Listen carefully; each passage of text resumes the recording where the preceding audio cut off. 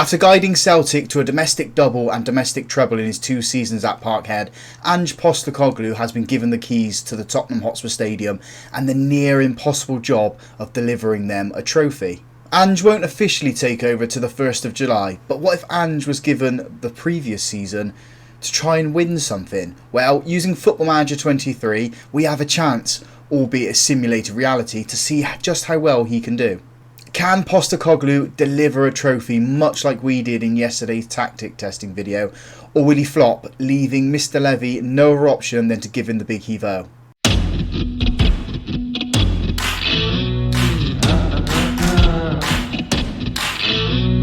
So here he is, Ange Postecogluo in all his glory. If you have a look at his attributes here, defending isn't the greatest, so if he's going to bring some more coaches in, they need to teach defending. His mental attributes are fantastic. He is a determined manager. He knows his tactics as well at 13 there, and he knows how to judge a player on his ability and his potential. He has that light-hearted personality, so that's going to work quite well for them. He likes to do the gegenpress. His preferred formation is the 4-3-3 DM wide. How he integrates that with Tottenham, we will see. And his playing style is standard. Now, not much is known of the backroom staff at Tottenham. We don't know what Ange is going to do with that one. When he went to Celtic, he didn't bring anybody with him. He just added to the current staff. One thing we do know, though, is John Kennedy isn't coming south of the border with him. He is staying at Celtic with Brendan Rodgers. So, in terms of an assistant manager, then, we have made Ryan Mason the assistant manager. Now, there is talk that he's going to stay at Tottenham, but there is also talk that he may go manage abroad or manage down in the Championship. For all intents and purposes of this experiment, we are going to make him the assistant manager. He has been the boss. He will be the link between the new manager coming in and all the players getting to know him. He is that pivotal pin and link that we need at the club. So, can Ange deliver the trophy that Spurs so desperately need?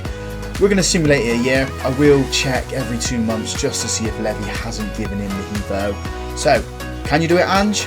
Let's answer that question. Here we go then, May 29th, and as you can see, Tottenham haven't won the league. They have finished 5th. It's European football of a different flavour than what we would expect. We do want Champions League football at this club, but I mean, you can't argue really, can you? It's a trophy that they can go for. For a quick look at the tactics then, he has used that 4-3-3. Kane up front, Son on the left, Kulusevski on the right. There's a couple of new players in there, in Kaik here and Ferdy.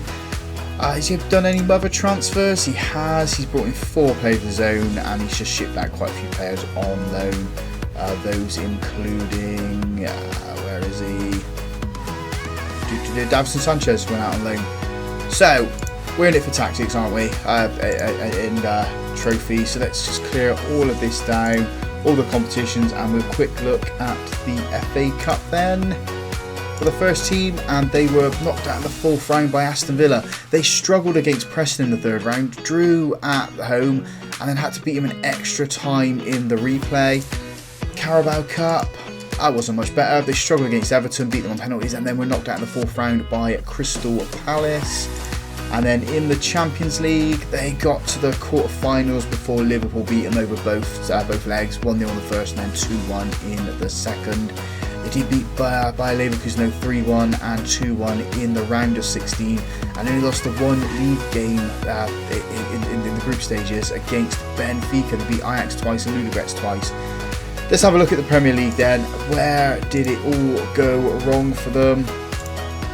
So, August started off pretty poor, if I'm totally honest. 2 wins, a draw, 2 losses. Shouldn't be losing to Everton. September wasn't much better, mixed bag there. October was 4 wins and 2 draws. In that was a win over Liverpool. We did lose the first North London derby of his career. Unbeaten in November, beating Chelsea 2-1 and then West Ham 2-1. Again, unbeaten in December, but dropping points to Newcastle. January, they lost to Man United and Nottingham Forest. Unbeaten in January, drawn with Liverpool and beating Manchester United. 50% win record in March, beating Leeds but losing to Bournemouth. In April, they had 4 wins and 3 losses. They lost to Chelsea and Arsenal on the bounce. Arsenal doing a double over Tottenham there. And then in May, they beat Manchester City 2-1, but lost on the last day of the season to Everton. Was that game pivotal in Tottenham getting the Champions League? It was. I mean, if they had beaten Everton, they would have been in 4th and got Champions League football for next season. So that's where it's come down to, isn't it? It's just losing those key games, winning 21 games, drawing 5, losing 12, goal difference of plus 18. How many goals did they score in total? 56. That's not good enough. That at least makes me need to believe that Kane hasn't scored as many goals as he should do. We'll have a quick look here then at goals. Yes, Chumminson's got 22, Kane's only got the 20. That is not good enough.